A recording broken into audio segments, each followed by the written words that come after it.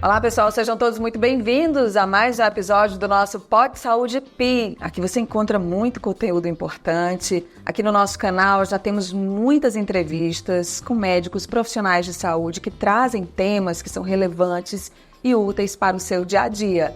Então já aproveito para te convidar para se inscrever, curtir, compartilhar e ajudar o nosso canal a crescer e a trazer mais profissionais com grandes temas para que você possa curtir junto com a gente. Hoje a gente traz com muita alegria um tema que eu tenho certeza que vai chamar a sua atenção e vai ser muito importante para pessoas que você conhece. A gente vai falar sobre rinoplastia, cirurgia de face. Nós convidamos a médica otorrinolaringologista, que é especialista em rinoplastia e cirurgia de face, doutora Maria Fernanda. Olá, Ládia, muito obrigada pelo convite, eu agradeço muito, estou muito feliz de estar aqui com você hoje e como você falou, esse tema que a gente vai discutir hoje é um tema que causa muita curiosidade, eu tenho certeza que todo mundo que está ouvindo a gente ou serve para ele ou serve para alguém que a pessoa conhece. A gente vai falar sobre muita coisa interessante, eu estou muito feliz de estar aqui hoje. É isso mesmo, a felicidade é toda minha, a simpatia e olha gente, você fica aí com a gente nessa conversa que eu tenho certeza que você vai amar. Nosso bate-papo começa falando sobre alguns mitos que podem envolver a rinoplastia, doutora Maria Fernanda. Então, essa primeira conversa do paciente, quando chega ao consultório, eu quero operar o meu nariz, eu quero que o meu nariz fique igual ao de uma blogueira, eu quero que o meu nariz se recupere o mais rápido possível. Então, começa explicando pra gente como é esse primeiro contato e se ele envolve algum tipo de mito que a pessoa já traz ali na consulta. Você tocou nos principais mitos que as pessoas trazem nessa primeira consulta. Na realidade, a rinoplastia é uma cirurgia que está muito em voga atualmente. Se você pensar 10, 15 anos atrás, a pessoa tinha um pouco de vergonha de dizer que fez uma cirurgia plástica, principalmente uma cirurgia plástica no rosto.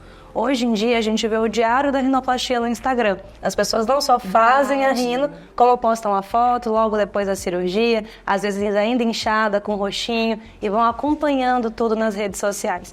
Então, o que eu vejo no consultório, que é o que mudou com essa questão mesmo das mídias sociais para cirurgias de face, especificamente a rinoplastia, é que as pessoas elas estão mais abertas a fazer a cirurgia. Pessoas que não pensavam inicialmente em fazer rinoplastia estão tendo mais interesse no tema, porém isso vem com a parte contra, que as pessoas acabam também comparando um pouco o que ela tem com o que outras pessoas têm. Então essa situação que você me disse, eu gostaria que o meu nariz ficasse igual ao de alguém, né? Uma blogueira, um famoso, isso é muito frequente no consultório. Só que isso a gente não consegue prometer, nem eu, nem nenhum outro profissional, porque o nariz, ele tem ali uma estrutura dele, de ossos e cartilagens, que eu tenho um limite do quanto eu consigo mexer. Então, assim, cada nariz ele é único. A gente diz que a rinoplastia é uma cirurgia difícil e desafiadora porque existe uma variação enorme na natureza de como essas cartilagens, de como esses ossos são nas diferentes pessoas. Então, não é igual para todo mundo.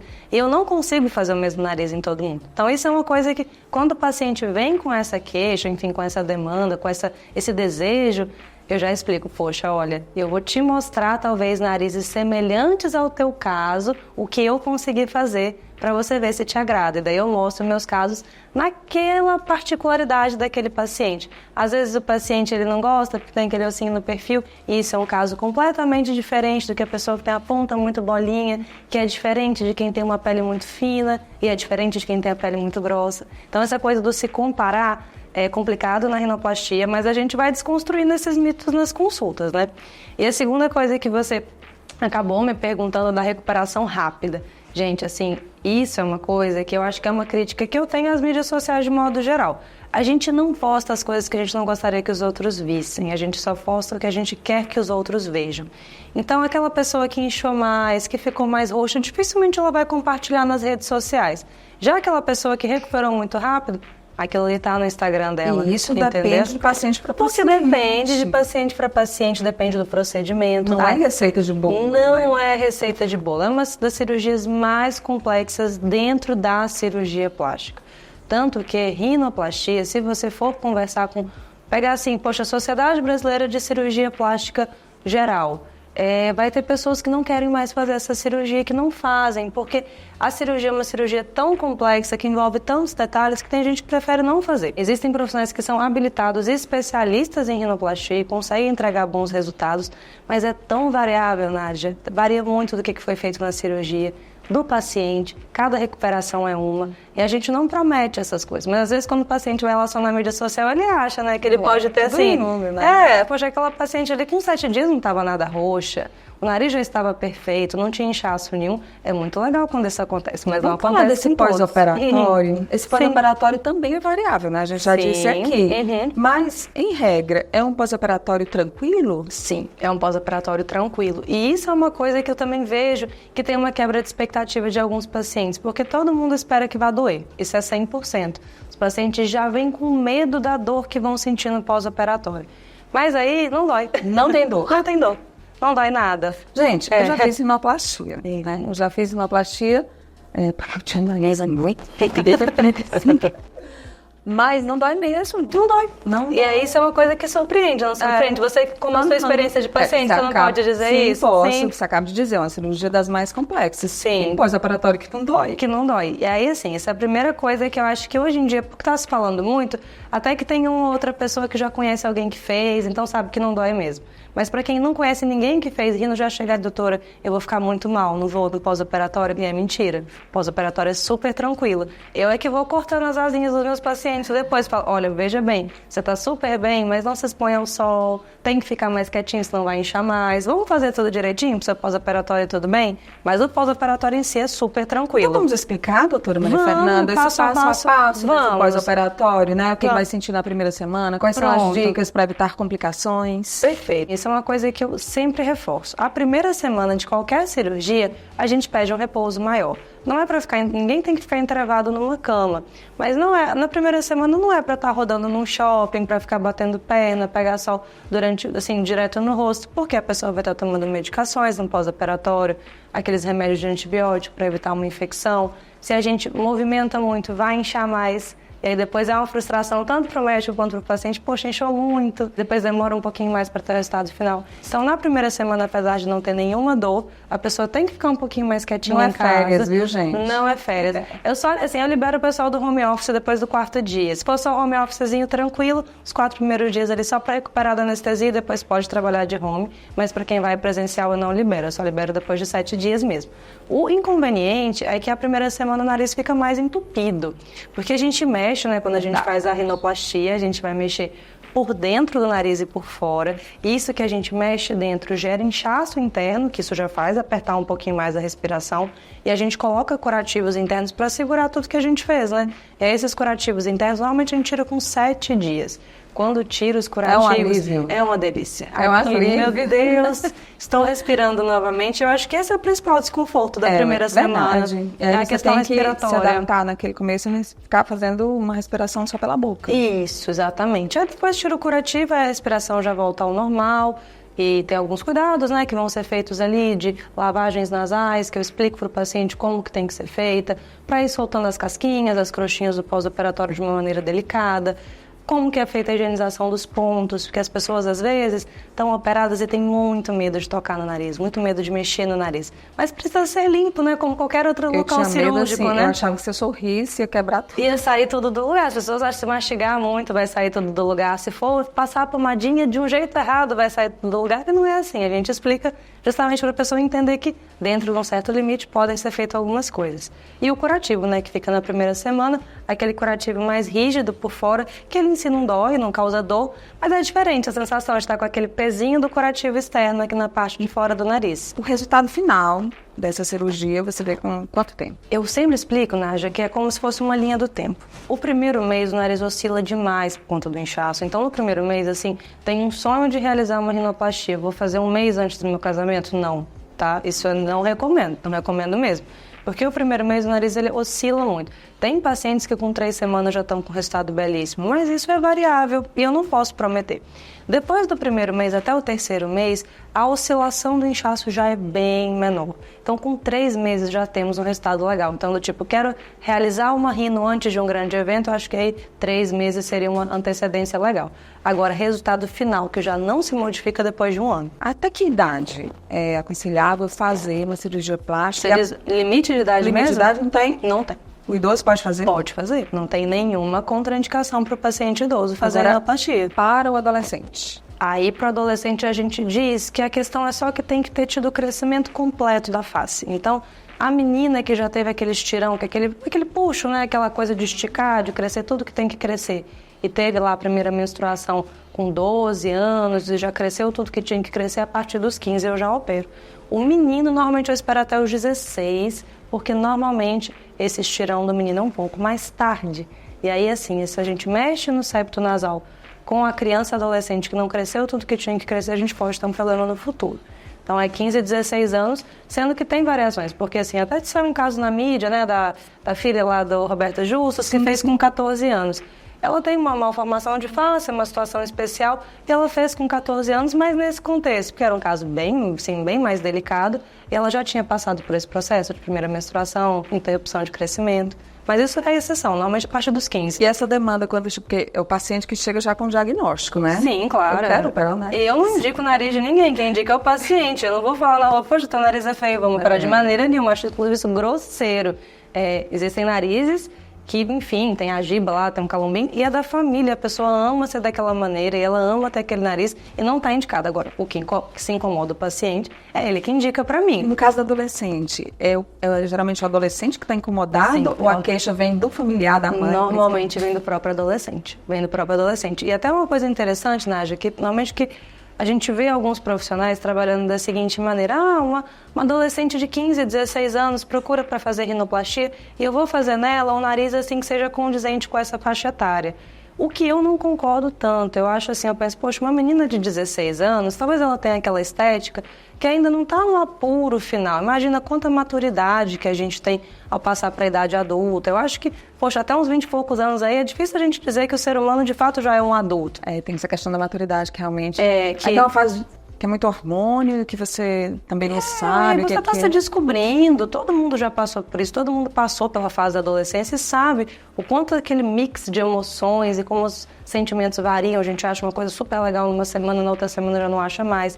Então, assim, para os pacientes adolescentes, eu converso muito com o paciente para entender a demanda do paciente, mas eu também trago a família. Porque eu acho que é importante, quando a gente pensa em resultado e pensa no que a gente vai fazer para aquela menina ou para aquele menino, que ele ame aquele nariz para sempre, para a vida toda. Ela vai melhorar um pouco na pele. Eu achei tão interessante essa relação, né, do resultado da cirurgia plástica, da indicação de alguma forma de mexer no nariz, relacionada ao tipo de pele. Uma pele mais grossa pode ter uma interferência. Como é que é isso, doutora? Pronto, assim, o que acontece? Eu sempre faço esse paralelo com os meus pacientes. Se você estiver em cima de uma cama, você colocar uma bolsa em cima da sua cama e colocar um lençol de seda, você sabe que tem uma bolsa ali embaixo. Se você colocar um edredom por cima, você vai ver que tem um volume, mas você já não sabe se é uma bolsa, se é um sapato, fica mais difícil de individualizar. E é exatamente o que acontece com a nossa pele. O que a gente consegue trabalhar na cirurgia de rinoplastia é a estrutura cartilaginosa do nariz. Então a gente trabalha as cartilagens, que é a parte dura, rígida. Mas a pele, que é a parte mole, que cobre, isso a gente não pode. Eu não posso tirar a pele do paciente. E é uma característica individual. Então, o nariz, que eu já percebo que a pessoa tem uma característica de ter uma pele mais grossa, mais sebácea, muitas vezes mais oleosa, eu sei que eu não vou conseguir deixar aquela ponta ultra definida. Enfim, que alguns pacientes buscam, e quando o paciente com a pele mais espessa vem para mim e fala, olha, eu quero essa pontinha dessa maneira, eu já converso, poxa, assim, existe uma limitação que não é minha, é tua, que a gente não consegue entregar. Ao mesmo tempo, a pele mais fina, isso é bacana porque a gente consegue definir melhor a ponta nasal, mas ao mesmo tempo, se qualquer coisa acontecer no pós-operatório, uma cicatrização que correu ali não 100%, um pouquinho de fibrose, isso marca. Então, assim, os dois extremos têm as suas particularidades, as vantagens, as desvantagens, e a gente, com a técnica cirúrgica, já se programa para isso. A gente já vai pensando, poxa, essa pele é muito fina, então eu vou fazer aqui tudo assim, com toda a camuflagem para nada marcar. Sendo que pode marcar, né? Mas a gente já tenta de tudo para que isso não aconteça. E a pele grossa da mesma, do contrário, né? Do tipo, não, eu vou botar tudo aqui para tentar marcar essa pele, que eu sei que é mais difícil de eu conseguir marcar nela, né? Então, é esse joguinho. Interessante. E agora a gente vai falar assim, tem muitos homens procurando agora rinoplastia, né? Também antes era muito mais comum femininos, nas sim, mulheres, exatamente. né? nariz é o centro do rosto. Aprendi com a doutora Maria Fernandes. Ele Você olha pro rosto, você olha pro nariz da pessoa, Sim. né? O centro do rosto dá aquele equilíbrio, dá um contorno lateral, assim, na visão lateral. É um contorno bacana de ver. Sim. Isso era muito das mulheres. Mas os homens agora começaram a perceber também que, é bacana se operar meu nariz. E sabe o que eu acho legal desse movimento do homem procurar rinoplastia? Primeiro é mostrar que os homens também estão se cuidando. E isso eu acho fantástico. Eu gosto muito de operar paciente do sexo masculino. Eu não tenho nenhuma preferência, também adoro operar as mulheres. Mas eu acho assim que tem um pouquinho de diferença até no que faz o paciente procurar, no tipo de demanda, no que incomoda. Eu particularmente, eu acho que na minha casuística é 50-50. Tem muita gente que opera muito mais mulher do que homem. Não foi meu caso ao longo da minha carreira. Eu sempre operei muito homem também. E eu acho que uma coisa que fez essa virada de chave dos homens também procurarem a rino é que aquela escola muito antiga, assim, eu estou dizendo bem antiga mesmo, década de 90, a gente reduzia muito o nariz. O nariz, ele era um nariz grande, com a giba, com calombo, e se reduzia. Ficava um narizinho muito pequeno. Giba? Giba é aquele calinho aqui do perfil, que as pessoas não gostam, aquele ossinho do perfil. E aí as pessoas tinham isso, iam lá fazer uma rinoplastia e o nariz ficava muito pequeno. E o nariz muito pequeno no rosto do homem não combina. Fica feio. E aí a técnica melhorou. Isso aí, falando agora quem também é especialista em cirurgia de face, né? A estrutura do rosto masculino é diferente, né? O rosto masculino bonito, ele tem a mandíbula marcada, ele tem mais lábio, ele é maior do que o rosto da mulher. Então eu não posso nunca fazer o mesmo nariz que eu faria na mulher no rosto do homem, porque fica feio, fica esquisito, fica desposicionado e atrapalha a harmonia da face. Então eu acho que isso foi uma das coisas que contribuiu, porque a técnica evoluiu muito e a gente começou a conseguir resultados muito bonitos com naturalidade. E aí o homem viu isso e falou, poxa, esse nariz eu quero no meu rosto. Aquele muito pequenininho ali não combinava, mas um nariz imponente, com linhas masculinas, mas que não tem lá o osso no perfil, ou então que definiu mais a minha ponta, que não tinha definição nenhuma, que também não é bonito no homem, ou que era largo demais e conseguiu afinar de uma maneira que ainda está proporcional no meu rosto. E eu acho que quando os homens começaram a ver esse tipo de resultado, que foi o que começou a trazer eles mais para a cirurgia. Há um tipo de rosto em que o nariz tem a giba, É o calombinho. O nariz é maior, o queixo é mais retraído. Sim. Quando você mexe no nariz, você automaticamente mexe um pouco ali também na toda a harmonia da face, muda toda a dinâmica. Quando nem precisa mexer muito no queixo. Às vezes precisa. Na verdade, o que acontece? A parte boa de trabalhar com cirurgia plástica de face é não só pensar em rinoplastia, é isso. Porque quando o paciente vem para mim, eu analiso as faces. Eu não analiso o nariz. Eu falo que o nariz não sai andando sozinho. O nariz está dentro de um rosto. E cada rosto tem as suas demandas. Então, às vezes, o paciente que tem o mento, que a gente fala que é o queixo, muito para trás, ele acha que o nariz dele é maior do que realmente é, dá esse efeito visual. E aí, para a gente conseguir um resultado de um rosto bonito, eu preciso mexer no nariz e no queixo. Outras vezes acontece exatamente o que você falou. O paciente ele tem um nariz que é tão assim, poxa, tão desproporcional com aquela face, que parece que o queixo é para trás, parece que está tudo errado. E a gente mexe no nariz e resolve tudo, porque o nariz é que estava destoando com o restante. Então, assim, essa visão de você pensar na face como um todo, eu acho que é um grande diferencial para quem trabalha com estética nasal e estética de face. Porque imagina, o nariz não anda sozinho. E é aquela coisa, talvez o teu nariz no meu rosto não fique legal, o meu nariz no teu rosto não fique legal. O importante é estar combinando com o todo, né? Doutora Maria Fernandes, se mexe mais de uma vez. Eu fiz uma cirurgia, não fiquei satisfeito. Eu quero retocar a cirurgia. Às vezes até o próprio médico pode perceber, não, vamos fazer um ajuste. Partiu da primeira para a segunda, da segunda para a terceira, mexer demais complica? Assim, aquela coisa, eu falo que rinoplastia é uma cirurgia que a gente sempre entra para ganhar. A ideia é que seja uma só. Mas, infelizmente, às vezes é necessário fazer algum tipo de retoque. Às vezes pode ter acontecido da pessoa ter mexido há muitos anos atrás com técnicas antigas que eram mais destrutivas. E no longo prazo, às vezes era bonito o nariz lá quando operou, mas depois de 10, 15 anos foi perdendo estrutura, foi perdendo suporte e agora tem indicação de mexer de novo. Ou às vezes narizes meus mesmo, que a gente fez, tudo eu achei que estava lindo ali no início, estava lindo mesmo, aí a cicatrização evolui de um jeito que eu não estava esperando e eu tenho que ir lá mexer. Não tem isso. Se não tá legal, a gente tem que remexer mesmo, a gente tem que ir lá voltar e tentar resolver o problema.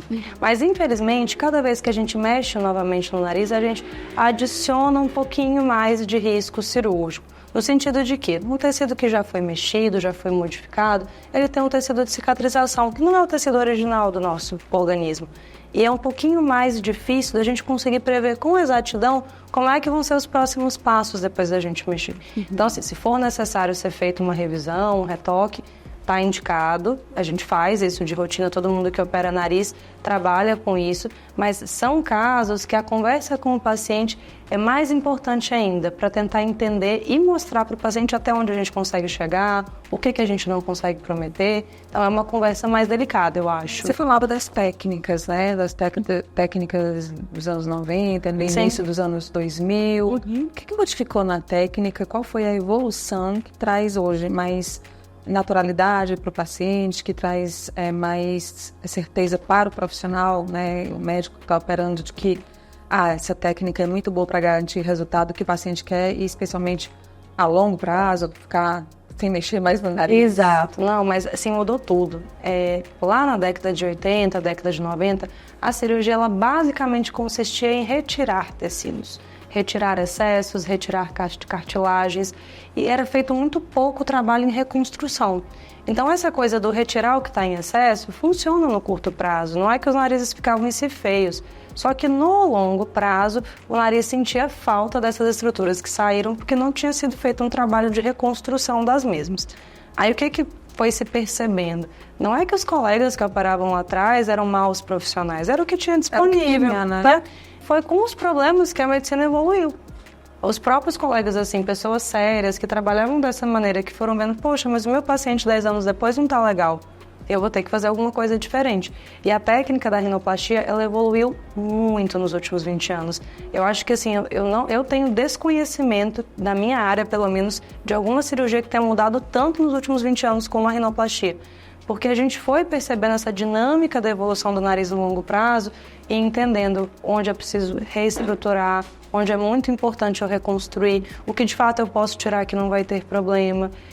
Agora a gente está falando muito sobre técnicas preservadoras, tentando preservar o máximo possível das estruturas naturais do nariz para a gente tentar evitar esses problemas de longo prazo. E assim, é uma cirurgia que está em evolução constante. Você estuda hoje, daqui a 5 anos eu tenho certeza que vão ter coisas diferentes. Como há 5 anos atrás já se falava de coisas diferentes do que a gente fala hoje. É bacana isso, assim, é muito desenvolvimento científico envolvido. Muito desenvolvimento científico. Agora, a gente vai ampliar aqui a nossa conversa, porque a gente falou só do nariz até agora, né? Mas tem muito mais coisa no rosto, gente. E a doutora Maria Fernanda, ela também é especialista em cirurgia de face, né? Então, tudo que você imaginar na face, a gente fica imaginando assim, mas não é o cirurgião plástico que pode mexer na face? E a gente foi percebendo ao longo, especialmente dos últimos anos, que o médico otorrino, ele tem um conhecimento e entendimento muito grande, né, sobre a face. Então, é lógico que é uma nova especialização, né? Você vai e estuda para isso. É um fellow que chama? É o fellow, isso. É uma especialização, exatamente, é o fellow. Bom, você fez isso, né? E oferece também para os seus pacientes essa possibilidade. Eu estava pesquisando sobre a doutora Maria Fernanda, que tem o brow lift. Sim. Para levantar a sobrancelha, sim. Conta pra gente sobre isso. Então, assim, na verdade, o que você estava falando sobre o otorrino também fazer as cirurgias plásticas de face, de fato, é uma especialização que a gente faz depois, quando termina, né, a formação em otorrinolaringologia.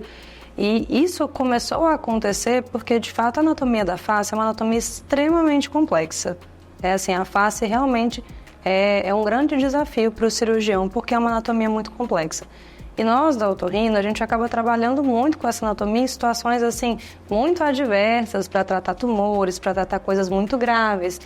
E aí, alguns otorrinos, também lá na década de 90, começaram a fazer essa questão estética, desenvolveram isso junto com cirurgiões plásticos, e a coisa ganhou corpo. E hoje existe uma sociedade brasileira de cirurgia plástica de face, na qual existem otorrinos que são membros, cirurgiões plásticos que são membros, cirurgiões de cabeça e pescoço, todos que estudaram para tal, que foram, né, enfim, se desenvolver nesse sentido. E você estava perguntando a questão do brow lift, de elevar a sobrancelha. Isso, eu falo muito no meu Instagram, porque eu acho que é uma fonte ainda de desconhecimento. Porque o que a pessoa pensa, né? Todos nós, se Deus quiser, vamos chegar aos 40, 50, 60, e não tem jeito, a gravidade é terrível, a gente vai tendo aí uma queda dos tecidos. E é muito comum, assim, essa coisa mais comum do mundo. A pessoa pensa, eu estou com o olhar cansado e eu preciso fazer minha pálpebra. Isso é universal. Eu estou com o olhar cansado, eu não gosto do meu olhar quando eu vejo no espelho, e eu preciso fazer minha pálpebra. Só que às vezes é a pálpebra mesmo, mas outras vezes o que está causando aquele aspecto do olhar cansado é que a sobrancelha desceu. Veja aqui na minha, ó. Se eu descer minha sobrancelha, a pálpebra fica sobrando. Então, bora arquear aqui um pouquinho. Exato. Como é que é essa cirurgia? E aí a gente mexe nisso fazendo a cirurgia do brow lift ou frontoplastia. Existem várias técnicas e varia um pouquinho de paciente para paciente. Eu gosto muito da rede social porque eu acho que a gente consegue compartilhar informação de qualidade. Porque a gente vê tanta desinformação, eu acho que o meu papel lá é isso, é mostrar informações ponderadas, baseadas em conhecimento científico e informações verdadeiras. Mas, assim, só pensando nessa questão de elevação do supercílio, né? De levar a sobrancelha para cima, reposicionar e talvez também fazer uma bléfora, enfim, para melhorar a questão das pálpebras. São inúmeras técnicas. Alguns pacientes se beneficiam de uma que a gente consegue esconder bem aqui a cicatriz, que não fica visível. Para outros pacientes não dá, pela questão da anatomia, eu preciso fazer uma cicatriz que fica muito, muito fininha aqui dentro do pelo. Às vezes a pessoa já tem uma tatuagem, poxa, você já tem a tatuagem, eu vou fazer aqui, que depois você só passa a tatuagemzinha por cima de novo, que vai ficar imperceptível. Então varia um pouco, mas é uma cirurgia extremamente interessante que tem muita indicação. Só que às vezes os pacientes não sabem que ela existe, é por isso que eu falo bastante na rede social. Pois tem que falar mesmo, as pessoas saberem, né? Para quem está se sentindo com o olhar cansado, saber essa indicação. Então já compartilha também esse vídeo para quem está pensando em fazer uma cirurgia na face, porque são muitas as possibilidades. A gente falou de uma delas aí envolvendo o olhar. Sim. Mas o cirurgião de face, ele está habilitado a mexer no rosto de uma forma geral. Sim, com certeza. A questão dos liftings, né, de puxar as coisinhas para cima, né, que caíram aí com a idade, conforme eu te falei. Todas nós queremos chegar aos 50, 60, 70. Chegar bem. E a gente quer chegar bem, né? A gente quer chegar bem, é que a gente quer chegar se sentindo bem. E não só nós mulheres, os homens também. E aí também algo que seja sutil. Porque também no passado, a gente viu fala de coisas da evolução, né, de como era muito... estigmatizado. Não, mas o resultado muitas vezes era muito visível. Exato, desnecessário, as pessoas... Já ficava imaginando, a pessoa fez uma cirurgia plástica toda esticada, né? Ficava completamente. Exatamente. Não era aquela coisa que aos poucos, né? Ia fazer um procedimento aqui hoje, mais discreto, mais na frente eu faço outro. A pessoa vai envelhecendo e ficando bacana de acordo com o espelho, mas sem ficar desfigurada. Assim, eu acho que é bem interessante a gente pensar nessa palavra que é a gestão do envelhecimento. É você saber que você tem um profissional que você confia para poder indicar o que é melhor para você naquele momento.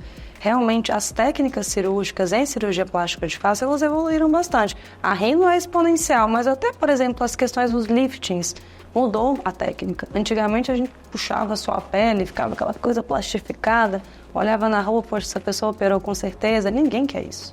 Quem é que quer isso? Uma coisa artificial, que não combina, que não tem na natureza. A gente quer mimetizar o que é belo na natureza. A gente não quer uma coisa esquisita, né? Ninguém quer isso no seu rosto. Então, isso melhorou, a técnica melhorou, a forma de reposicionar esses tecidos melhorou. E a parcimônia, o olhar também do cirurgião, né, de saber indicar, ou saber do tipo, olha, poxa, agora ainda não é o momento de você fazer, a gente vai manejar isso de outras maneiras por enquanto. Aí, de repente, daqui a 5 anos vai estar no ponto e aí sim a gente faz esse tipo de procedimento. Então, eu acho que nessa hora também um pouquinho de bom senso, sabe? Que tem um grande... E é muito bom, porque quando você pega um profissional que tem esse olhar, né? Sim. Porque é o paciente que chega já com diagnóstico, repito, né? Com certeza. Eu quero fazer uma bléfora, eu quero subir a sobrancelha, eu quero fazer meu nariz, posicionar meu mento. Exatamente. Os que você já usou. Sim. Que eu tenho um CRM retido, eu gosto muito dessa área. Sim. Mas, assim, muito da conversa realmente da concentração. Olha, você... pode fazer isso, mas eu não aconselho. Você pode ter outra coisa que você pode fazer agora no momento, você pode aguardar um pouco mais. Vale muito dessa conversa. Doutora Maria Fernanda Del Penho.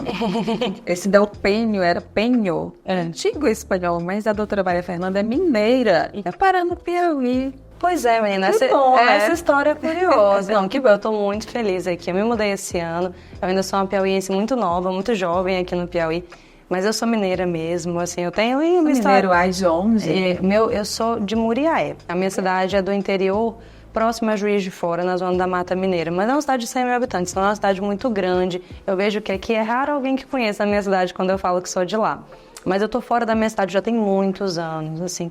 Cidade do interior, eu vejo isso aqui no Piauí também, que as pessoas dos interiores vêm para Teresina para estudar e vão procurar uma coisa melhor. Foi o que acabou acontecendo comigo. Eu sabia que eu queria ser médica com 12 anos.